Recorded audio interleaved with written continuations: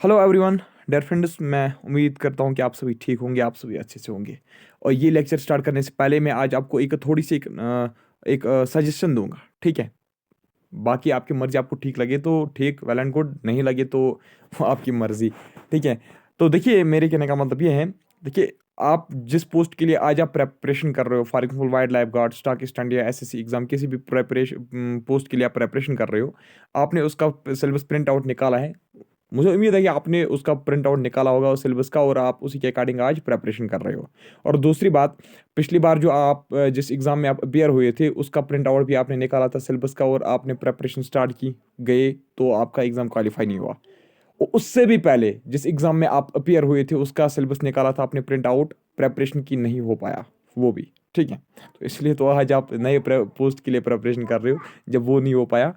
तो अब देखिए, मेरे कहने का मतलब क्या है, आप बार बार जो आप सिलेबस निकाल रहे हो, प्रिंट निकाल रहे हो उसका, उसी के अकॉर्डिंग प्रेपरेशन कर रहे हो, लेकिन नहीं हो पा रहा है, ठीक है। खामी कहाँ पे है, ये देखना है आपको कि आपकी जो खामी है ना वो कहाँ पे है। आपका जो प्रेपरेशन है, वो आपका स्कोर अच्छा क्यों नहीं हो रहा है, आपको अच्छा स्कोर क्यों नहीं मिल रहा है, ठीक है। एग्जाम के बाद जब आपका रिजल्ट आता है तो आपका अच्छा स्कोर क्यों नहीं मिलता है। देखिए, दरअसल बात ऐसी है, कुछ बच्चे इस वक्त भी क्या कर रहे हैं, जब मैं इस वक्त कुछ बच्चों से पूछ रहा हूँ तो वो बोल रहे कि सर हम रिवीजन कर रहे हैं। रिवीजन जो कर रहे हैं ना, हाँ वो चीज़ ठीक है, क्यों? क्योंकि उन्होंने पिछले जो कुछ पोस्ट्स में उन्होंने प्रेपरेशन की है, वो उसी का रिवीजन कर रहे हैं, ठीक है, और उसी को फैक्ट्स पॉइंट्स वगैरह ऐड कर रहे हैं, तो हो जाएगा उनका, ठीक है। आई होप उनका हो जाएगा, ठीक है। तो दूसरी बात, अब वो बच्चे जो मुझे बोल रहे कि सर हम, मैंने पिछली बार पढ़ा था क्लास फोर्थ के लिए लेकिन नहीं हो पाया, अब मैं स्टार्टिंग से पढ़ रहा हूँ। और दूसरा, इस तरीके से और एक कैटेगरी के बच्चे मुझे आ रहे, बोल रहे कि सर हमने उस वाले पोस्ट जूनियर स्टडी के लिए पढ़ा था लेकिन नहीं हो पाया। मैं जब उनको पूछता हूँ कि क्यों नहीं हो पाया, तो वो बोल रहे कि सर प्रेपरेशन में थोड़ी सी कमी रह गई थी, प्रेपरेशन में खामी रह गई थी, हमने अच्छी वाली बुक्स नहीं पढ़ी थी, हमारे नोट्स स्ट्रॉन्ग नहीं थे, तो इसलिए नहीं हो पाया, ठीक है। तो ये बहुत सारे कारण हैं। तो इसलिए मैंने जो लेक्चर सीरीज जो मैं स्टार्ट कर रहा था ना, ये मैं इसीलिए कर रहा था ताकि आपको मैं स्टार्टिंग ए से लेकर जेड तक जितना कुछ भी जियोग्राफी में होगा, हिस्ट्री में होगा या पॉलिटी में होगा, किसी भी सब्जेक्ट में, तो मैं आपको सब कुछ क्लियर करूंगा। तो बार बार आपको फिर मतलब बुक्स लाने की जरूरत नहीं थी, बार बार आपको बुक्स खोलने की जरूरत नहीं थी, बार बार आपको नोट्स बनाने की जरूरत मत पड़ेगी। आप किसी भी एग्जाम के लिए एक बार आपने अपना नोट्स बना लिया, ठीक है, ए टू जेड जो आपने नोट्स तैयार किए, बेसिक लेवल से एडवांस लेवल तक जो आपने नोट्स तैयार किए, फिर आपको क्या परेशानी है, सिर्फ आपको रिवीजन करना है, एक एक नजर मारनी है, बस यहां से जाना है और वहां पे एग्जाम देना है, तो हो जाएगा, ठीक है। यही है ना, मैथ में भी ऐसे प्रैक्टिस करना है तो हो जाएगा। तो यही मेरा मकसद था, कि ये लेक्चर सीरीज स्टार्ट करने का मकसद यही था कि मैं आपको एक ही बार अच्छी तरीके से पढ़ाऊं। मुझे ये चीज़ भी पता है कि इसके बाद अब मैं यूट्यूब पे नहीं आऊँगा या किसी भी पेड कोर्स में अब मैं नहीं आ सकता हूँ। क्यों? क्योंकि अब मैं बहुत ज़्यादा बिजी होने वाला हूँ, क्योंकि अपने पढ़ाई पे भी मुझे ध्यान देनी है, पड़ती है आज। तो दैट्स वाई अब मैं बिजी हो जाऊँगा, उसके बाद आप मेरे लेक्चर्स ढूंढोगे, कसम से ये बात आपको फिर बाद में मतलब याद आएगी मेरी। आप मेरे लेक्चर्स ढूंढोगे, लेकिन उस वक्त मैं आपको नहीं मिलूंगा, ठीक है, बात ये है। तो चलिए स्टार्ट करता हूं मैं आज के टॉपिक। आज जो हमारा टॉपिक है वो है वाइल्ड लाइफ।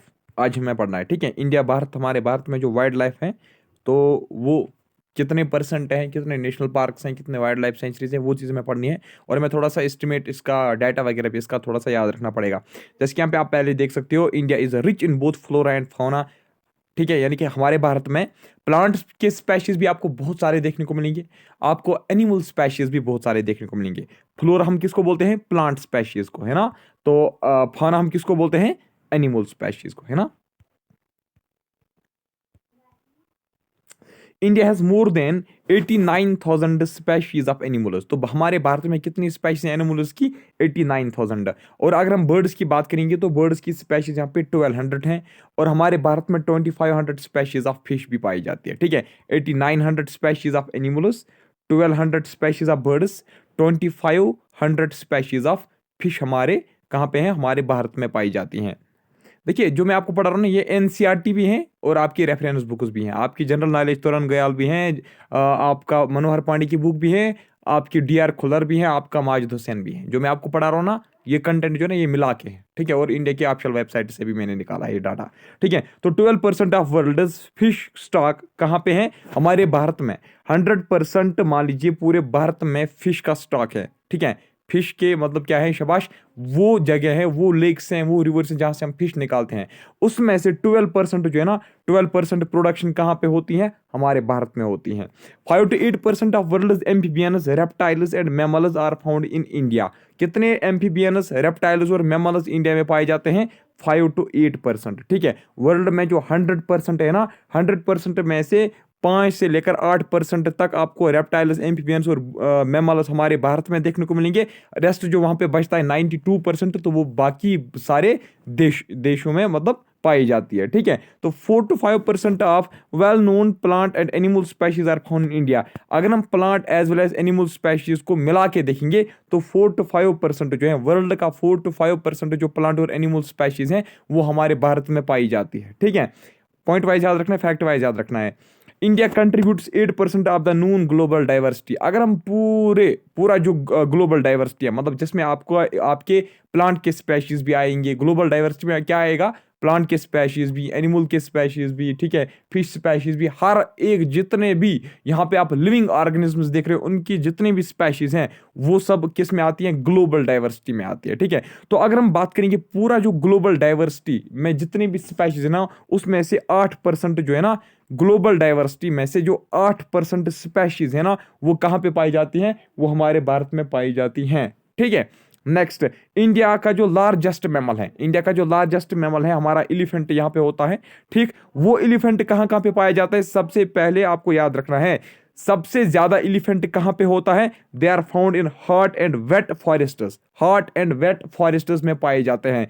वो फॉरेस्ट जो हॉट होंगे यानी कि जो ट्रॉपिकल रीजन में पड़ेंगे, यानी कि जहां पे टेम्परेचर बहुत ज्यादा होगा, और दूसरी बात जहां पे रेनफॉल भी बहुत ज्यादा होगी। ठीक है, तो वहीं पे हमें क्या देखने को मिलेंगे, एलिफेंट देखने को मिलेंगे। फॉर एग्जांपल अगर आपसे आप कोई पूछेगा कि ये बताओ सबसे ज्यादा एलिफेंट कहां पे है, याद रखना है आसाम में, उसके बाद कर्नाटका में, उसके बाद केरला में। ठीक है, तो these are the states with largest population of elephants. ठीक है, अब अगर मैं इनको रैंकिंग वाइज करूंगा, ठीक है, शायद मैंने यहाँ पे भी गलत बोला, अब अगर मैं इनको रैंकिंग वाइज करूंगा, रैंक दूंगा मैं आसाम, कर्नाटक और केरला को, सबसे ज्यादा कहाँ पे पाए जाते हैं, सबसे ज्यादा कर्नाटक में है, उसके बाद आसाम में है, उसके बाद केरला में है। कभी कभार ऐसा क्वेश्चन डालता है एसएसबी, आपसे पूछा जाएगा कि ये बताइए सबसे ज्यादा एलिफेंट कहाँ पे पाए जाते हैं, वहां पे कर्नाटक ऑप्शन में नहीं होगा तो वहां पे आसाम ही डायरेक्ट होगा, तो उस वक्त आप उसी को टिक करना। ठीक है, अगर कर्नाटक ऑप्शन में नहीं होगा तो आसाम को टिक करना, लेकिन एक्चुअल जो फिगर है ना, एक्चुअल फिगर जो है कर्नाटक में सबसे ज्यादा एलिफेंट है, उसके बाद आसाम में है, उसके बाद केरला में। The only one horned rhinoceros, only one horned rhinoceros, one horned rhinoceros आपको पता है ना, वन हॉर्नड राइनोसोर जो हमारे भारत में पाए जाते हैं, जो इंडिया का सेकंड लार्जेस्ट मैमल है। इंडिया का फर्स्ट लार्जेस्ट मैमल कौन है, वो है हमारा एलिफेंट। वो कहां पे सबसे ज्यादा पाया जाता है, कर्नाटका में, ऐसे याद रखा ना। ठीक, अब अगर आपसे पूछिएगा कोई ये बताइए इंडिया का जो सेकंड लार्जेस्ट मैमल है वो कौन है, सबसे पहली बात वो है वन हॉर्नड राइनोसोर। तो वन हॉर्नड राइनोसोर कहां पे होता है, जैसे कि हमने एलिफेंट का देखा, एलिफेंट कहां पे पाया जाता है, हॉट वेट फॉरेस्ट्स में, जैसे कि आसाम में, कर्नाटका में, केरला में। तो अगर आपसे कोई पूछेगा कि वन हॉर्नड राइनोसोर कहां पे पाया जाता है, ये जो मैमल है ये कहां पे, किन फॉरेस्ट में होता है, ये स्वैम्पी एंड मार्शी एरियाज में होता है। ठीक है, स्वैम्पी और मार्शी एरियाज, यानी कि जिस तरीके से लिटोरल फॉरेस्ट मैंने आपको बोला था, लिटोरलैंड्स में फॉरेस्ट में ये पाया जाता है। कहां पे, आसाम में, वेस्ट बंगाल में भी वन हॉर्नड राइनोसोर हैं।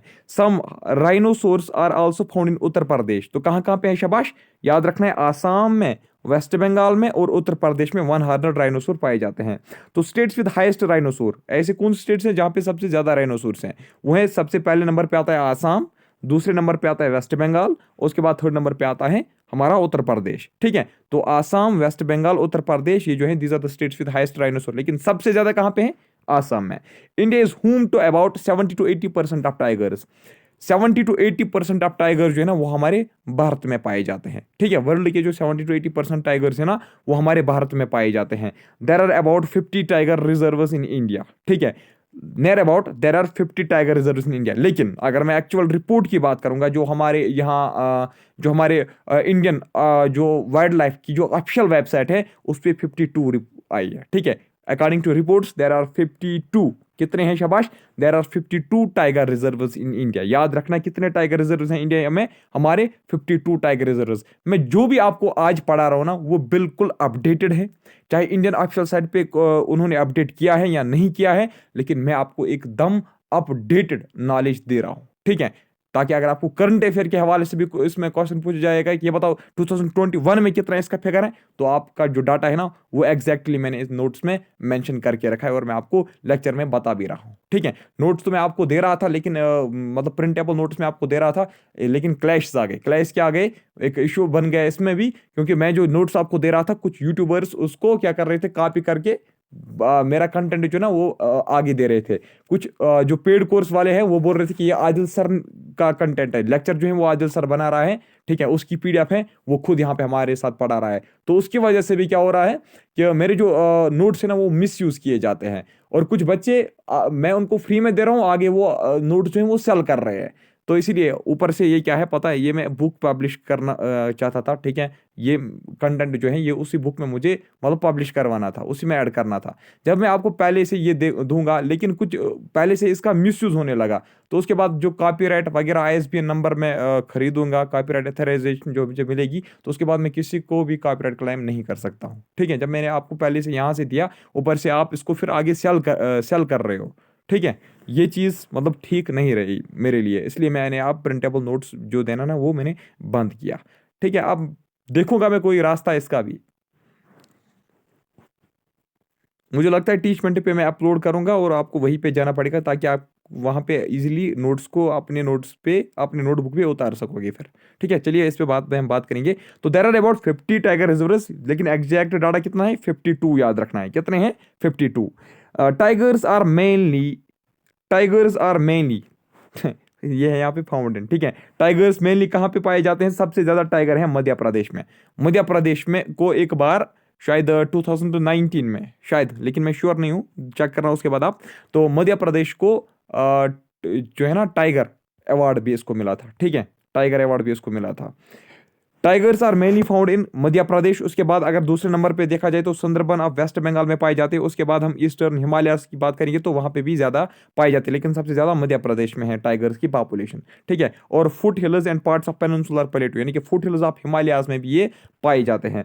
Mostly tigers are found in Madhya Pradesh. सबसे ज्यादा कहां पे है, मध्य प्रदेश में। याद रखा ना, arid areas of run of Kutch, run of Kutch के जो एरिड एरियाज हैं, यानी कि जहां पे बहुत कम रेनफॉल होती है। एंड थार डेजर्ट जो है, थार डेजर्ट में भी क्या है, और habitat for wild ass and camels respectively. ठीक है, तो एरिड एरियाज यानी कि वो एरिया जहां पे रेनफॉल कम होती है, रन ऑफ कच्छ गुजरात के जो एरिड एरियाज हैं, और थार डेजर्ट का जो एरिड एरिया है, वहां पे हमें वाइल्ड आस देखने को मिलते हैं और कैमल्स देखने को मिलते हैं। शिप ऑफ डेजर्ट हम किसको बोलते हैं, शिप ऑफ डेजर्ट पता है आपको, camel is known as ship of desert, याद रखना। तो इंडियन इंडियन बिसन, ठीक है, इंडियन बिसन जिसको हम गवार भी बोलते हैं, ठीक है, इंडियन बिसन। नील गाय जिसको हम बिल्लू बुल भी बोलते हैं। चौसिंगा जिसको हम फोर हार्नड एंटीलोप भी बोलते हैं। Gazelle are different species of deer found in India. तो ये जो मैंने आपको बोला, इंडियन बिसन जिसको हम गवार भी बोलते हैं, या नील गाय जिसको हम बुल भी बोलते हैं, चौसिंगा जिसको हम फोर हार्नड एंटीलोप भी बोलते हैं, या गैजल, ये जितनी भी मैंने नाम लिया ना, ये किसके स्पेशीज है, ये डियर के स्पेशीज है। ठीक है, जो कहाँ पे पाए जाते हैं, हमारे भारत में पाए जाते हैं। ठीक, India is the only country in the world that have both tiger and Lions. India, Bharat जो है ना, हमारा भारत पूरे मुल्क, पूरे सॉरी पूरी दुनिया में, पूरे जहां में, ठीक है, पूरे दुनिया में, सॉरी पूरे दुनिया में क्या है, पूरे दुनिया में हमारा भारत जो है ना, ये वाहिद एक ऐसी कंट्री है जहां पे आपको टाइगर्स भी देखने को मिलेंगे, साथ में लायंस भी देखने को मिलेंगे। वरना क्या होता है, कुछ कंट्रीज आप देखोगे वहां पे सिर्फ टाइगर होंगे, लायन नहीं होंगे, कुछ में लायन होगा टाइगर नहीं होगा, लेकिन हमारे भारत में दोनों है। ठीक है, natural habitat of Indian lion is Gir forest of Gujarat. याद रखना, सबसे ज्यादा जो लायंस है ना वो कहां पे पाए जाते हैं, गिर फॉरेस्ट में, जो कहां पे है, गुजरात में। नेचुरल हैबिटेट इंडियन लायन का कौन है, Gir forest of Gujarat. Yak the ox of snow, yak जिसको हम क्या बोलते हैं, ऑक्स ऑफ स्नो भी इसको हम बोलते हैं, यॉक को ही हम बोलते हैं ox of snow. Yak the ox of snow is largely found in Ladakh. Yak सबसे ज्यादा कहां पे पाए जाते हैं, हायर अल्टीट्यूड्स ऑफ लद्दाख में। ठीक है, in 1952 cheetahs were declared as extinct species of India. 1952 में यह कहा गया था कि चीताज जो हैं वो अब हमारे भारत में एक्सटिंक्ट हो चुके हैं। देखिए, टाइगर अलग हैं, लायन अलग हैं, लेपर्ड अलग हैं, चीता अलग है। ठीक है, अगर आपको डिफरेंस जाननी है तो आप गूगल में जाइए, चीता का फोटो डाउनलोड कीजिए, लाइन का अलग से कीजिए, टाइगर का अलग से, लेपर्ड का अलग से। ठीक है, तो उसके बाद आपको डिफरेंस देखने को मिलेगी अच्छी खासी के चीता किसको हम बोलेंगे, ठीक है, लंगूर किसको बोलेंगे, लाइन किसको बोलेंगे? तो मैं कहने का अगर जहाँ पे है कि 1952 में चीता जो है ना वो एक्सटिंक्ट हो गए थे। इंडिया ने ऑफिशियली डिक्लेयर किया था कि चीता जो है, अब चीताज की पॉपुलेशन हमारे भारत में जीरो है। उसके बाद फॉरेन कुछ चीताज यहाँ पे मतलब इम्पोर्ट किए गए थे, ठीक है, फॉरेन कुछ चीताज लाए गए थे, लेकिन 1952 में चीता जो है वो भारत में पूरे एक्सटिंक्ट हुए थे। लिंक्स जो है ना, लिंक्स और एक जानवर है जो कहाँ पे पाया जाता है, 3000 मीटर, ठीक है, in on the 3000 metre altitude पे वो पाया जाता है कहाँ पे, लद्दाख में। अरना जिसको हम बोलते हैं wild buffalo, wild buffalo is found in Assam and Chhattisgarh, याद रखना, ठीक है, ऐसे फैक्ट वाइज आप याद रख लीजिए फिलहाल। Several species of monkey are also found in India, बहुत किस्म के मोंकीज हमें भारत में देखने को मिलते हैं। उनमें से एक जो स्पेशल स्पेशीज है उसको हम क्या बोलते हैं, लंगूर। लंगूर किसकी स्पेशीज है, ये मोंकीज की स्पेशीज है, ये भी हमारे भारत में पाए जाते हैं। शाइगी horned wild aux, शाइगी horned wild aux, ठीक है, ये एक जानवर है जिसका वजन नियर अबाउट 1 टन होता है, ठीक है, 1 टन का वजन होता है। टिप्टियन एंटीलोप, बहरल जिसको हम ब्लू शीप बोलते हैं, वाइल्ड शीप, कियांग जिसको हम टिप्टियन वाइल्ड आज बोलते हैं, आर फाउंड इन लद्दाख। तो कौन कौन से शबाश, shaggy horned wild ox, Tibetan antelope, bharal, wild sheep, kiang, ये कहाँ पे पाए जाते हैं, लद्दाख में पाए जाते हैं। Many plant and bird species of India have become endangered. बहुत सारे प्लांट और एनिमल स्पेशीज जो या बर्ड स्पेशीज जो है हमारे भारत में वो इंडेंजर्ड बन चुके हैं। इंडेंजर्ड का मतलब क्या है, यानी कि उनकी जो पॉपुलेशन है वो बहुत कम हो चुकी है, वो अब खत्म, ठीक है, वो खत्म होने के नजदीक है, ठीक है, यानी कि अब उनकी पॉपुलेशन उतनी कम हो रही है दिन ब दिन, वो अब हमें ऐसा लग रहा है कि अब वो एक्सटिंक्ट हो जाएंगे, यानी कि बिल्कुल ही अब वो खत्म हो जाएंगे। तो बहुत सारे एनिमल प्लांट बर्ड स्पेशीज हमारे भारत में एंडेंजर्ड हो चुके हैं। सम of which are also extincted, कुछ बहुत सारे स्पेशीज जो हैं वो हमारे भारत में एक्सटिंक्ट अब हो भी चुके हैं, जैसे कि मैंने आपको चीता की एग्जाम्पल दी थी। Main cause for this hunting, main cause for this is hunting, population pollution due to chemical industries, introduction of alien species, forest to bring under cultivation. तो ये एक्सटिंक्ट, ये स्पेशीज एक्सटिंक्ट क्यों हो रहे हैं, या जो ये स्पेशीज है ये इंडेंजर्ड क्यों हो रहे हैं, ठीक है, ये खत्म क्यों होने लगे, ये हमारी गलती है, ये हम सब लोगों की गलती है। हम क्या कर रहे हैं, हम जो पोल्यूशन कर रहे हैं, पोल्यूशन की वजह से ऐसे ट्रेन पड़ रहा है, कुछ जानवर जो हैं वो उस तरीके से क्या हो रहे हैं, खत्म हो रहे हैं, मर रहे हैं। हम यहाँ तो हम हंटिंग कर रहे हैं, हंटिंग की वजह से हम किसको मार रहे हैं, लाइन को मार रहे हैं, टाइगर को मार रहे हैं, और फिर उसको मार्केट में उसका फर हम सेल कर रहे हैं, उसके टस्क हम सेल कर रहे हैं, जैसे कि एलिफेंट का टस्क हम सेल कर रहे हैं, ठीक है, एलिफेंट्स को मार रहे हैं। तो इसी तरीके से जब हम हंटिंग, जब हम ज्यादा हो गई तो उसकी वजह से भी इनकी पॉपुलेशन बहुत कम हो गई, ठीक है। अब ये खत्म जो है, अब ये खत्म होने के नजदीक है, मतलब उनकी पॉपुलेशन बहुत कम हो चुकी है।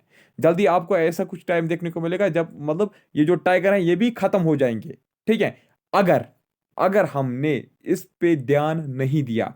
अब आज तो अब गवर्नमेंट बहुत सारी इनिशिएटिव्स उठा उठा रही है टाइगर को बचाने के लिए, एलिफेंट को बचाने के लिए अलग अलग प्रोजेक्ट्स उठा रही है, ठीक है, अलग अलग प्रोजेक्ट्स लॉन्च कर रही है। एक बहुत ही अच्छा इनिशिएटिव, बहुत ही अच्छा स्टेप जो गवर्नमेंट हमारी आज उठा रही है, ठीक है। तो ऐसी बात नहीं है कि मैं आपको बता रहा हूँ, ये मैं आपको एग्जाम्पल दे रहा हूँ। अगर हम फॉर एग्जाम्पल अगर हम कंटिन्यूसली हंटिंग, बहुत ज्यादा हंटिंग करेंगे, किसकी, टाइगर्स की कंटिन्यू करेंगे, तो जाहिर सी बात है एक दिन ऐसे पूछेगा कि जो टाइगर की पॉपुलेशन है वो बिल्कुल खत्म हो जाएगी, वो एक्सटिंक्ट हो जाएंगे।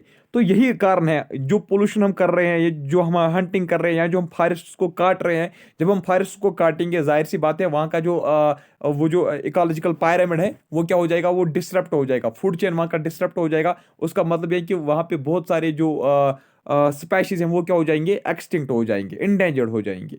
तो मेन कारण क्या है, कल्टिवेशन जो हमने की कहाँ पे, फॉरेस्ट लैंड पे, हंटिंग जो हमने की, और जो पोल्यूशन हमने की। थामिन, थामिन पता क्या है, ये एक प्रिटी डियर है, बहुत खूबसूरत डियर हो, ठीक है, थामिन जो है ना, it's a pretty deer found in Manipur. Now reservation, preservation of wildlife. अब हम वाइल्ड लाइफ को, अपना ये जो स्पेशीज जितने भी हमारे भारत में है, इसको हम प्रिजर्व, इसको हम कैसे बचाएंगे। सबसे पहली बात कि Indian board of wild life was constituted in 1952। Indian board of wild life किसके लिए बनाया गया था, वाइल्ड लाइफ को कंजर्व करने के लिए, ठीक है, इसको देखभाल करने के लिए।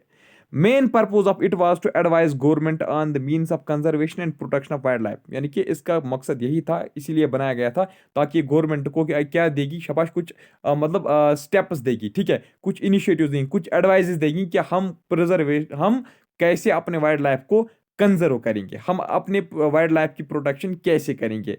कंस्ट्रक्शन, और ये एडवाइस दे रही थी किसको, गवर्नमेंट को। ये इसलिए बनाई गई थी ताकि ये गवर्नमेंट को एडवाइस देगी कि हम कहाँ पे नेशनल पार्क बनाएंगे, कहाँ पे सेंचुरी बनाएंगे, कहाँ पे जूलॉजिकल गार्डन्स होने चाहिए, ठीक है। तो कौन सा मतलब जो एनिमल है जो इंडेंजर्ड है उनके लिए हम कौन से स्टेप्स उठा सकते हैं ताकि उनकी पॉपुलेशन फिर से बढ़ जाएगी, ठीक है। यानी कि in short for the conservation of wild life ये बनाई गई थी, ठीक। नाउ इन 1972 एक comprehensive wild life act was enacted. उसके बाद 1972 में एक एक्ट बनाया गया, ठीक है। गवर्नमेंट ने 1972 में वाइल्ड लाइफ एक्ट इनेक्ट किया। तो ये जो है ना इन 1972 ये जो एक्ट वाइल्ड लाइफ एक्ट जो 1972 का था, यानी कि वाइल्ड लाइफ एक्ट 1972 जो है, ये एक्ट हर एक स्टेट ने एक्सेप्ट किया, ठीक है। ये एक्ट हर एक स्टेट में लागू हो गया, लेकिन except in our Jammu and Kashmir including Ladakh, ठीक है। क्यों? क्योंकि जम्मू एंड कश्मीर को एक अपना वाइल्ड लाइफ एक्ट ऑलरेडी से था, ठीक है, जिसके अंडर वो मतलब प्रिजर्वेशन कर रहे थे, कंजर्वेशन कर रहे थे किसकी, वाइल्ड लाइफ की। यानी कि यहाँ पे जरूरत नहीं थी। ऐसी बात नहीं है कि जम्मू कश्मीर ने कहा कि नहीं हम नहीं मानेंगे, हम हंटिंग करेंगे, हम पोल्यूशन करेंगे, हम वाइल्ड लाइफ को कंजर्व नहीं करेंगे, ऐसी बात नहीं थी। क्यों? क्योंकि गवर्नमेंट यहाँ पे जम्मू एंड कश्मीर की गवर्नमेंट ने पहले से एक एक्ट खुद अपने स्टेट के लिए बना के रखा था जिसमें वो वाइल्ड लाइफ का कंजर्वेशन कर रही थी, ठीक है। इसलिए जम्मू कश्मीर को जरूरी नहीं था वो इनेक्ट करना। तो this act provides main legal framework for conservation, ठीक है, and production of wild life. ये भी ऐसे ही वाइल्ड लाइफ को प्रोटेक्ट कर रही थी। तो इसके दो ऑब्जेक्टिव्स थे। एक, it also governs wild life conservation and protection of endangered species district schedule of. हाँ, इसमें इस शेड्यूल, ये जो एक्ट था, इसके शेड्यूल में जितने भी इंडेंजर्ड स्पीशीज का नाम लिखा गया था, ठीक है। जाहिर सी बात है इस वाइल्ड लाइफ एक्ट में जरूर उन स्पीशीज का नाम होगा जिनको कंजर्वेशन करने के लिए मतलब प्रियॉरिटीज दी हुई होगी। किसने? भारत के गवर्नमेंट ने, ठीक है। इंडियन गवर्नमेंट ने जिस वक्त ये इलेक्ट किया, ये एक्ट बनाया, ये बिल जिस वक्त उन्होंने बनाई, उन्होंने उस वक्त उसमें कुछ इंडेंजर्ड स्पीशीज का नाम इनलिस्ट किया था, मेंशन किया था कि ये वाली जो स्पेसीज हैं ये इंडेंजर्ड है, इनकी हमें जल्दी से जल्दी क्या करनी है, शाबाश, इनके ऊपर, इनके लिए हमें कुछ प्रोजेक्ट्स लॉन्च करने हैं, इनके लिए हमें क्या कुछ स्टेप्स उठाने, इनिशिएटिव्स उठाने हैं ताकि इनकी पॉपुलेशन जो है वो फिर से बढ़ जाएगी। तो उस शेड्यूल में, ठीक है, उसमें जो लिस्ट में जो आए थे इंडेंजर्ड स्पेशीज, उनको कंजर्व करने के लिए ये जो है ना मतलब उनको पहले प्रियॉरिटी दी गई। वो जो लिस्ट में आए थे ना, उस बिल में, उस एक्ट में, उस शेड्यूल में जिन स्पेशीज का नाम आया था इंडेंजर्ड स्पेशीज का, तो उनको कंजर्व करने के लिए मतलब सबसे ज्यादा पहले प्रियॉरिटी दी गई थी। सेकंड क्या था? टू प्रोवाइड लीगल सपोर्ट, यानी कि to provide lawful support, to provide legal support to the conservation areas of the country, ठीक। यानी कि इसका दूसरा मकसद ये भी था कि हम क्या करेंगे, लीगल सपोर्ट हम प्रोवाइड करेंगे। किसके लिए? For the conservation areas of our country, जैसे कि national park, sanctuaries, closed areas को हम लीगल सपोर्ट देंगे, ठीक है। Wildlife act 1972 was amended in 1991। Wildlife act कब 1972 जो है इसको फिर अमेंड किया गया, कब? 1991 में। उसके बाद wild life protection amendment bill डाली गई हमारी पार्लियामेंट में, कब? 2002 में। तो इसके मुताबिक क्या था, ये जो wild life protection amendment bill 2002 जो है, तो इसमें क्या लिखा गया था? इसकी वजह से, इस बिल की वजह से ये जो मतलब वाइल्ड लाइफ प्रोटेक्शन जो है ना, वाइल्ड लाइफ प्रोटेक्शन एक्ट 1972 का जो था, वो और भी ज्यादा स्ट्रांग बन गया, वो और भी ज्यादा स्ट्रिक्ट बन गया। क्यों? क्योंकि इस बिल में ये लिखा गया था कि जो भी वाइल्ड लाइफ कंजर्वेशन के खिलाफ जाएगा, यानी कि जो भी हंटिंग करेगा, जो भी जंगल में घुस के हंटिंग करेगा, जो भी फॉरेस्ट लैंड को अंडर कल्टीवेशन लाएगा, ठीक है, जो भी फॉरेस्ट को डिस्ट्रॉय करेगा, जो भी डिफॉरेस्टेशन करने की कोशिश करेगा, तो उस पे हम पेनल्टीज थोप देंगे, ठीक है। तो उसको क्या किया जाएगा? जुर्माना किया जाएगा, ठीक है, या उसको फॉर एग्जाम्पल उसको जेल भेजा जाएगा। जेल तो उसमें नहीं लिखा गया था, लेकिन पेनल्टीज का लिखा गया था। तो wild life protection amendment bill 2002 जो है, उसमें ये लिखा गया था कि हम इनहेंस करेंगे पेनल्टीज, ठीक है, यानी कि पेनल्टीज हम इंक्रीज करेंगे अगर कोई वायलेट करेगा कोई भी एक्ट, कोई भी प्रोविजन हमारे वाइल्ड लाइफ एक्ट का, तो उस पर क्या किया जाएगा? पेनल्टीज थोपी जाएंगी। Heinous it was made more strict, है ना। तो अब ये मोर स्ट्रिक्ट बन गया। जब मोर स्ट्रिक्ट बनेगा तो इसका मतलब है कि लोग अब डर जाएंगे, ठीक है। वो सोचेंगे अगर हमें पकड़ा गया तो पेनल्टी भरनी है, ठीक है। तो इसकी वजह से क्या बन गया? ये और भी ज्यादा स्ट्रांग बन गया। ड्यू टू दिस इंपोर्ट और export of endangered species were also decline. देख लीजिए, जब ये स्ट्रांग बन गया, लोग डरने लगे एक्ट से, तो अब क्या हो गया, इंपोर्ट एक्सपोर्ट जो है इंडेंजर्ड स्पीशीज का, वो भी क्या हो गया, डिक्लाइन हो गया। Wild life institute of India, wild life institute of India जो है वो कब स्टैब्लिश किया गया, 1982 में। कहाँ पे, देहरादून में। याद रखना, wild life institute of India कहाँ पे है, वो है देहरादून में। कब स्टैब्लिश किया गया था इसको, 1982 में। An interstate committee, an interstate committee यानी कि एक बैठक, फिर से एक मतलब एक कमेटी बनाई गई थी, एक बॉडी बनाई गई थी, ठीक है, एक बॉडी बनाई गई थी, जो किसके लिए बनाई गई थी, जो वाइल्ड लाइफ प्रोटेक्शन एक्ट 1972 को क्या कर रही थी, रिवाइव कर रही थी, ठीक है, रिवाइव कर रही थी, यानी कि देख रही थी कि इसके जो लॉज हैं वो ठीक हैं, इसका जो काम है वो अच्छे से चल रहा है क्या, और कोई स्टेप और कोई एडवाइस देने की जरूरत मत है। तो इंटरस्टेट कमेटी बनाई गई थी, ठीक है, इंटरस्टेट कमेटी बनाई गई थी, जो किसको गवर्न कर रहा था, जो किसको रिवाइव कर रहा था, वाइल्ड लाइफ प्रोटेक्शन एक्ट 1972 को। पहले देख लीजिए definition, national park, wild life sanctuary और बायोस्फीयर रिजर्व क्या है, उसके आगे हम फिर देखेंगे कितनी नेशनल पार्क्स हैं, कौन सी इंपॉर्टेंट है, वो हम आगे देखेंगे।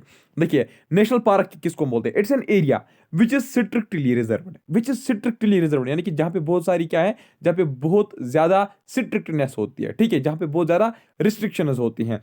It's an area which is strictly reserved for protection of wild life. किसके लिए बनाई जाती है ये एरिया, ये जो है ना, ये एरिया किसके लिए डिक्लेयर किया जाता है, for the protection of wild life. It is established by central and state government. तो इसको कौन एस्टेब्लिश करता है, स्टेट और सेंट्रल गवर्नमेंट।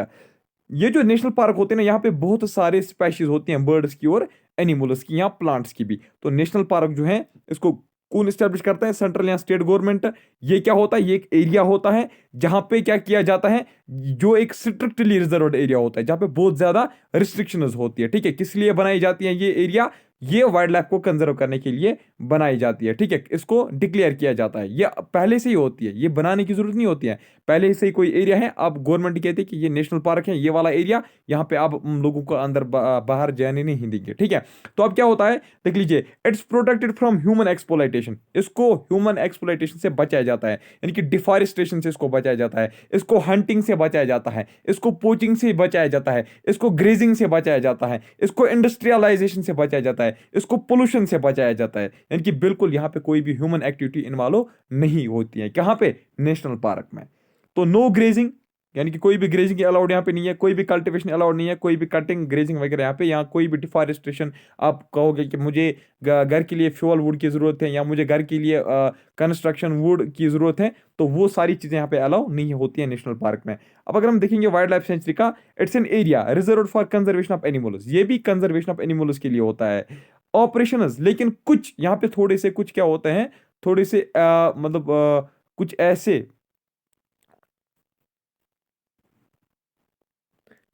ऐसे कामों में आपको अलाउ किया जाता है, लेकिन वही काम, मतलब वही काम यहाँ पे अलाउड है जिनकी वजह से कंजर्वेशन ऑफ वाइल्ड लाइफ पे कोई भी असर नहीं पड़ेगा, ठीक है। वो सारी चीजें यहाँ पे मतलब अलाउ कर सकते हैं, थोड़ी थोड़ी सी मतलब आपको अलाउडनेस यहाँ पे है। अब हम देखेंगे किस चीज में यहाँ पे आपको अलाउ करती है government.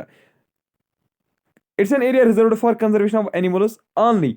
Operations such as harvesting of timber, collection of minor forest products are allowed so long as they do not affect animals adversely। देखिए, कुछ हद तक आपको अलाउ किया जाता है कि आप यहाँ पे हार्वेस्ट कर सकते हो टिम्बर को, ठीक है, टिम्बर की हार्वेस्टमेंट हो सकती है यहाँ पे आप माइनर फॉरेस्ट प्रोडक्ट्स, ठीक है, माइनर कुछ फॉरेस्ट प्रोडक्ट्स जो है, यहाँ फॉर एग्जाम्पल फ्यूल वुड जो है, वो आप यहाँ से निकाल सकते हो। लेकिन आप अगर ये बोलोगे कि मैं पूरा मतलब फॉरेस्ट वुड वहां से निकाल के लाऊंगा, मैं पूरे टिम्बर ट्री जो है वो मैं वहां से काट के लाऊंगा, तो वो चीज नहीं चलेगी, ठीक है।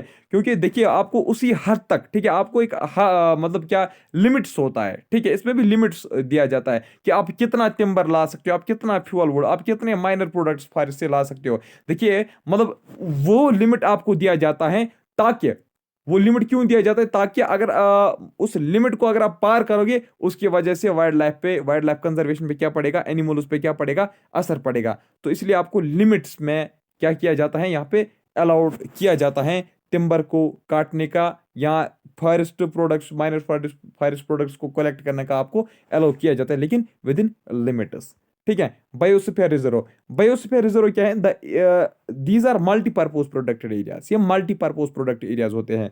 यहाँ पे क्या होता है, where every plant and animal size is to be protected in its natural habitat. यहाँ पे किसी भी प्लांट या एनिमल को हम रिजर्व कर सकते हैं। अब देख लीजिए, ये जो बायोस्फीयर है ना, इसके 3 जोन्स होते हैं। एक होता है इसका बाहर वाला जोन, जिसको हम बोलते हैं, जिसको हम क्या बोलते हैं शाबाश, जिसको हम ट्रांजिशन जोन बोलते हैं। क्या इसको हम बोलते हैं? Transition zone. ट्रांजिशन जोन में ह्यूमन सेटलमेंट भी होती है, यानी कि यहाँ पे लोग वगैरह रहते भी हैं ट्रांजिशन जोन में, ठीक। उसके बाद अंदर वाला सा जोन जो होता है, इसके अंदर वो होता है बफर जोन। बफर जोन में क्या होता है? देखिए पहले, हाँ सॉरी, यहाँ पे पहले ह्यूमन सेटलमेंट होता है, बिल्कुल हाँ, ट्रांजिशन जोन के बाहर, ठीक है। ये मान लीजिए यहाँ पे ट्रांजिशन जोन है, ये वाला, ठीक। ट्रांजिशन जोन के बाहर बाहर आप देखोगे, क्या देखोगे? बाहर एरियाज में जो इसका बॉर्डरिंग एरिया होता है, यहाँ पे आपको देखने को मिलेगा ह्यूमन सेटलमेंट। ह्यूमन सेटलमेंट के जब आप थोड़ा सा अंदर जाओगे तो यहाँ पे क्या देखने को मिलेगा? यहाँ पे ट्रांजिशन जोन होता है। ट्रांजिशन जोन में क्या होता है? ट्रांजिशन जोन में आपको बायोस्फीयर रिजर्व का जो ट्रांजिशन जोन है, वहां पे ह्यूमन सेटलमेंट हो सकती है, वहां पे आप क्रॉप्स को कल्टीवेट कर सकते हो, ठीक है, याद रखना। ट्रांजिशन जोन में आप क्रॉप्स की कल्टीवेशन कर सकते हो। उसके फिर जब हम अंदर जाते हो तो यहाँ पे हमें बफर जोन मिलता है। बफर जोन में आप टूरिज्म जो है ना, टूरिज्म का काम कर सकते हो, यानी कि टूरिस्ट यहाँ पे विजिट कर सकते हैं। यहाँ पे आप जो कैटल वगैरह ना, उनकी आप उनको आप ग्रेजिंग वगैरह यहाँ पे करवा सकते हो, ठीक है, यानी कि घास वगैरह उनको आप यहाँ पे दे सकते हो, ठीक है। तो उसके बाद होता है अंदर कोर जोन। कोर जोन में क्या होता है? No human activity. यहाँ पे कोई भी ह्यूमन एक्टिविटी नहीं होती, यानी कि यहाँ पे ना ही ग्रेजिंग अलाउ होती है, ना ही यहाँ पे टिम्बर की कल्टीवेशन, ना ही यहाँ पे क्रॉप की कल्टीवेशन यहाँ पे क्या होती है, अलाउ होती है, ना ही टूरिज्म अलाउ होता है, ना ही ग्रेजिंग अलाउ होता है। तो आपको याद रखना है, बायोस्फीयर रिजर्व में भी बहुत सारे चीज़ों को हमें गवर्नमेंट अलाउ करती हैं। जैसे बाहर वाले जोन, ट्रांजिशन जोन में हम क्रॉप की कल्टीवेशन कर सकते हैं। जैसे हमने देखा बफर जोन में हम टूरिस्ट एज टूरिस्ट जा सकते हैं, हम वहाँ पे ग्रेजिंग करवा सकते हैं। लेकिन कोर जोन में बिल्कुल भी 100% क्या होता है? रिस्ट्रिक्शंस होते हैं, बिल्कुल भी किसी भी चीज़ में अलाउड नहीं होती। Now national parks in India.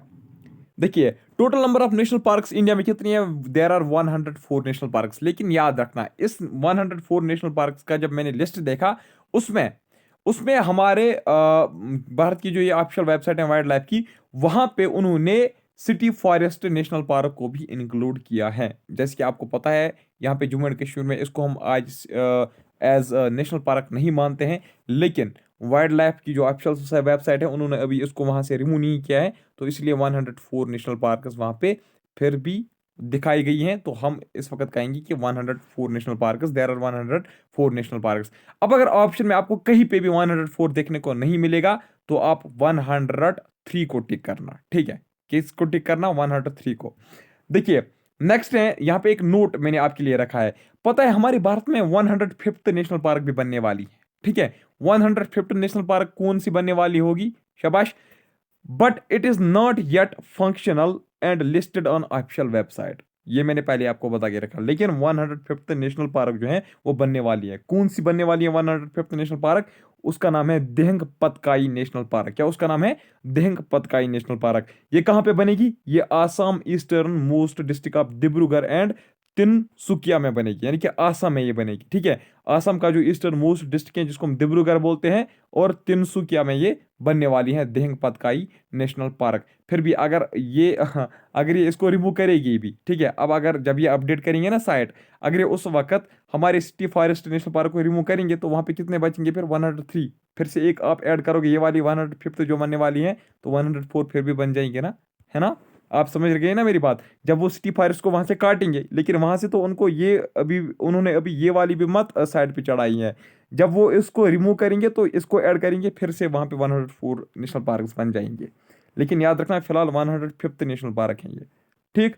104th national park, ठीक है। 104th national park, newest national park कौन बनी थी? 2018 में बनी थी, जिसका नाम था कुन्नो नेशनल पार्क। क्या उसका नाम था? कुन्नो नेशनल पार्क, जो मध्य प्रदेश में बनी थी, ठीक है। तो इसके बाद है Dehing Patkai national park is also called Jeypore rain forest. ये जो 105th नेशनल पार्क बनने वाली है, जिसका नाम है डेंग पतकाई नेशनल पार्क, जो आसाम में बनने वाली है, उसको हम जीपो रेन फॉरेस्ट भी बोलते हैं। हाईएस्ट नेशनल पार्क इंडिया की कौन है? वो है हिमेश नेशनल पार्क, जो लद्दाख में है, यूटी लद्दाख में है, ठीक है। Oldest national park of India कौन है? ओल्डेस्ट नेशनल पार्क वो है जिम कॉर्बेट नेशनल पार्क। कहाँ पे है? हमारे उत्तराखंड में, ठीक है। ये कब इस्टेब्लिश की गई थी? 1936 में। इसका पहला नाम क्या था? सबसे पहले इसका नाम था हेली नेशनल पार्क। 1936 में जब ये इस्टेब्लिश की गई तो उसका नाम था 1936 में हेली नेशनल पार्क, ठीक है। तो उसके बाद सेकंड नेम उसके उसके यानी कि हैली नेशनल पार्क के बाद उसका नेम चेंज किया गया था फिर से, तो उसका नाम रखा गया था Ramganga national park. Ramganga national park के बाद इसका नाम क्या पड़ा, Jim Corbett national park. Area wise largest biggest national park India की कौन है, area wise biggest national park India की कौन है, वो भी है हिमेश नेशनल पार्क। यानी कि हिमेश नेशनल पार्क जो है it's India highest national park as well as India biggest national park. ठीक है, ये भी कहाँ पे है, लद्दाख में है। इसका एरिया कितना है, इसका एरिया है 4400 स्क्वायर किलोमीटर। उसके बाद दूसरे नंबर पे एरिया वाइज कौन आती है सबसे बड़ी, डेजर्ट नेशनल पार्क राजस्थान की। Smallest area wise smallest national park India की कौन है, वो है साउथ बटन आइलैंड, जिसका एरिया कितना है 0.03 स्क्वायर किलोमीटर। कहाँ पे ये, अंडमान एंड निकोबार में। तो ऐसा कौन सा स्टेट है, ऐसा कौन सा राज्य है हमारे भारत में जहाँ पे सबसे ज्यादा नेशनल पार्क है, वो है मध्य प्रदेश। मध्य प्रदेश में 11 नेशनल पार्क हैं। कितनी है, 11 नेशनल पार्क हैं। कुछ बुक्स में अभी भी 10 ही लिखा गया है, लेकिन 11 नेशनल पार्क हैं टोटल में। State with least national park, तो ऐसी कौन सी स्टेट है जहां पे बहुत कम नेशनल पार्क है, बहुत कम क्या, तो हमारे स्टेट, हमारे कंट्री में एक ऐसी स्टेट है जहां पे कोई भी नेशनल पार्क नहीं है, वो है हमारी पंजाब। ये बहुत ही इंपॉर्टेंट पॉइंट है, बहुत ही इंपॉर्टेंट। ठीक है, नेक्स्ट है state with only one national park, तो ऐसी कौन सी स्टेट है जहां पे, या ऐसी कौन सी यूनियन टेरिटरीज है जहां पे सिर्फ एक ही नेशनल पार्क है, तो वो है बिहार, गोवा, झारखंड, नागालैंड, सिक्किम, लद्दाख। उत्तर प्रदेश में सिर्फ एक ही नेशनल पार्क है। ठीक है, UT such as Delhi, Dadra and Nagar Haveli, Chandigarh, Puducherry, Lakshadweep have, एक सेकंड, ये जो है ना, ये इसमें ये UT such as Delhi, Dadra Nagar Haveli, Chandigarh, Puducherry, Lakshadweep have, ये है डू नॉट, याद रखना। ठीक है, do not have any national park. ये यूनियन टेरिटरीज ऐसी है जहाँ पे कोई भी, जहाँ पे कोई भी नेशनल पार्क नहीं है। ठीक है, दिल्ली, दादरा एंड नगर हवेली, चंडीगढ़, पुडुचेरी, लक्षद्वीप, यहाँ पे कोई भी नेशनल पार्क नहीं है।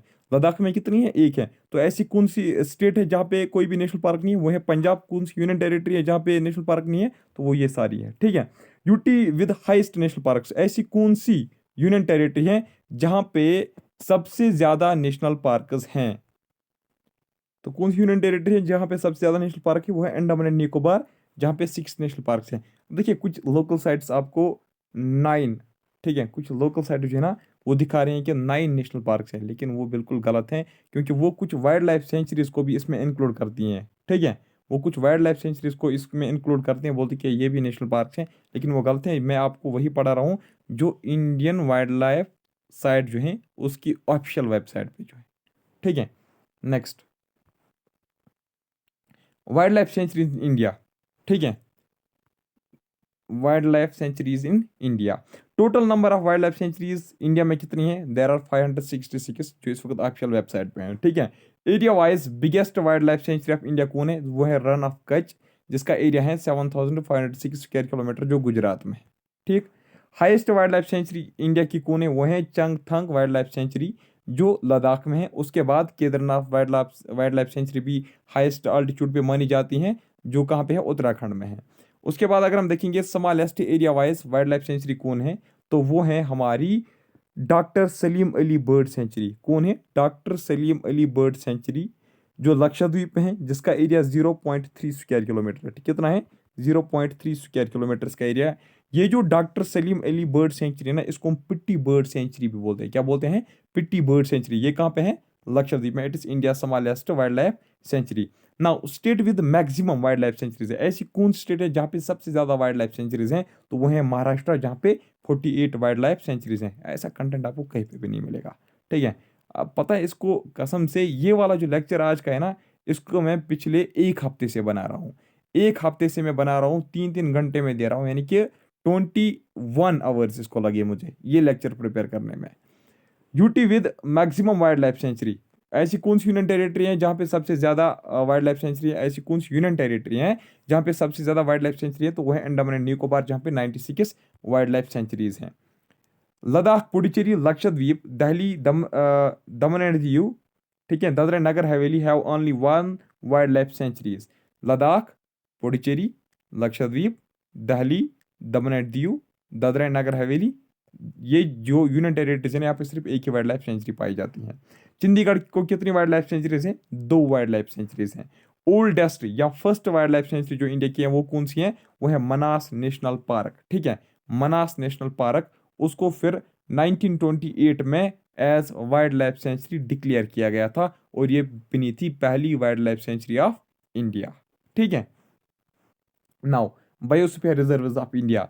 Biosphere reserve, number of biosphere reserves in India कितनी है टोटल में? 18 biosphere reserves. Oldest biosphere reserve कौन है हमारे भारत की? वो है नीलगिरी, जो 1986 में डिक्लेयर की गई थी। न्यूएस्ट बायोस्फीयर रिजर्व कौन है? वो 2011 में बनाई गई थी, पन्ना। ठीक है, पन्ना बायोस्फीयर रिजर्व जो है ये बनाई गई थी 2011 में, इसको डिक्लेयर किया गया था। It was 18th biosphere reserve of India, यानी कि न्यूएस्ट थी। Number of biosphere reserves include in world network of biosphere reserve of UNESCO. मैंने अच्छा, जो UNESCO man and biosphere reserve programme है, आपको पता है ना यूनेस्को, मतलब में हम यूनेस्को जो है ना वो किन साइट्स को डिक्लेयर करती है, वो किन साइट्स को मतलब प्रोटेक्ट करती हैं, पता है आपको? सबसे पहले आपको ये पता होना चाहिए कि यूनेस्को की फुल फॉर्म क्या है। यूनेस्को का मतलब है यूनाइटेड नेशन।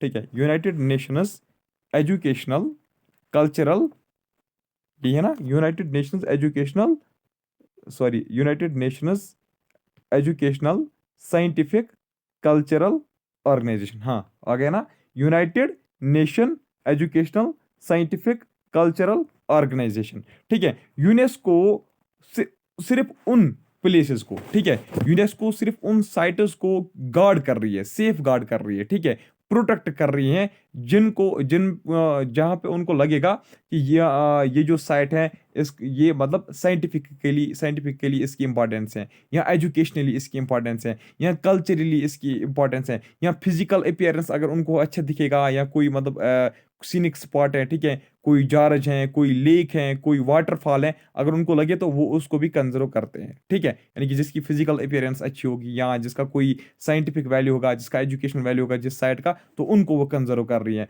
तो हमारे भारत में कितने कितने बायोस्फीयर रिजर्व्स को यूनेस्को ने प्रोटेक्ट करके रखा है? तो वो है 12 बायोस्फीयर रिजर्व्स। ठीक है,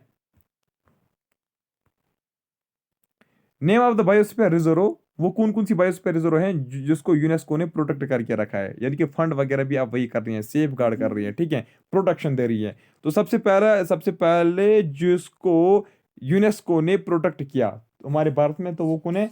वो है नीलगिरी। ठीक है, नीलगिरी बायोस्फीयर रिजर्व 2000 में इसको डिक्लेयर किया गया था। ठीक है, इसको यूनेस्को ने, ठीक है, इसको यूनेस्को ने मतलब स्टार्ट किया प्रोटेक्टिंग। तो ऐसी कौन सी बायोस्फीयर रिजर्व है जिसको सबसे पहले यूनेस्को बायोस्फीयर रिजर्व डिक्लेयर किया गया था? तो वो है नीलगिरी। कब? 2000 में। उसके बाद गल्फ ऑफ मैनर को 2001 में डिक्लेयर किया गया। उसके बाद सुंदरबंस को भी 2001 में डिक्लेयर किया गया एज यूनेस्को साइट। ठीक है, उसके बाद नंदा देवी, उसके बाद नौक्रिक, उसके बाद पंचमरी। तो सबसे लास्ट पे यहाँ पे आपको देखने को मिलेगा पन्ना को फिर as UNESCO world heritage site मतलब करार डिक्लेयर किया गया था। कब? 2020 में। Area wise biggest biosphere reserve India की कौन है? तो वो है great Rann of Kutch biosphere reserve. ठीक है, area wise smallest biosphere reserve कौन है इंडिया की? वो है दिब्रू सिखोवा, जो कहाँ पे है? आसाम में। हाईएस्ट बायोस्फीयर रिजर्व इंडिया की कौन है? वो है कंचनजोंगा बायोस्फीयर रिजर्व, जो कहाँ पे है? सिक्किम में है। About 80% of flowering plants reported from Western Ghats occur Nilgiri biosphere reserve. Western Ghat से हमें जो 80% फ्लावरिंग प्लांट्स हमें मतलब देखने को मिलते हैं ना, उनमें से, ठीक है, 80% ऑफ फ्लावरिंग प्लांट्स मतलब जितने भी फ्लावरिंग प्लांट्स वहां पे हमें वेस्टर्न घाट से देखने को मिलते हैं, उनमें से 80% आपको कहाँ पे दिखेंगे? नीलगिरी बायोस्फीयर रिजर्व में, यानी कि नीलगिरी हिल्स में। ठीक, Sundarban biosphere reserve is located in swampy delta. ठीक है, यानी कि यहाँ पे कौन से फॉरेस्ट हैं? Littoral and swampy forests of the river Ganga in West Bengal and consist of mangrove forests. पहले ही जो मैंने आपको बोला। ठीक है, तो सुंदरबन बायोस्फीयर रिजर्व कहाँ पे है? मैंग्रोव फॉरेस्ट में ये पाया जाता है। कहाँ पे? रिवर गंगा, जहाँ पे डेल्टा बनाती है वेस्ट बंगाल में। Sundarban is home to nearly 200 royal Bengal tigers. Sundarban में करीबन 200 रॉयल बंगाल टाइगर्स हैं, आज 200 से भी ज्यादा है। Gulf of Mannar biosphere reserve comprise of 21 islands, estuaries, beach, forest etcetera. Gulf of Mannar जो है ना biosphere reserve, Gulf of Mannar biosphere में रिजर्व में आपको एक इंपॉर्टेंट पॉइंट याद रखना है, वहां पे 21 आइलैंड्स भी हैं। ठीक है, रेड डाटा लिस्ट या रेड डाटा बुक जिसको आप बोलते हो, ठीक है, ये एक ऐसी बुक होती है, एक ऐसा डॉक्यूमेंट होता है जिसमें इंडेंजर्ड स्पेशीज का नाम जो है ना वो मेंशन किया जाता है। ठीक है, red data book is also called IUCN red list, ठीक है। IUCN means international union for conservation of nature, ठीक है। तो आज के इस लेक्चर में इतना ही, ठीक है। बहुत ज़्यादा थकावट आती है, 1 घंटे का लेक्चर कंटिन्यूअसली देना पड़ता है, तो इसकी वजह से बोरिंग होते, कभी ध्यान भी भटक जाता है, तो उसके लिए सॉरी कहना चाहूँगा, ठीक है। बाकी जो इन्फॉर्मेशन है वो सही है।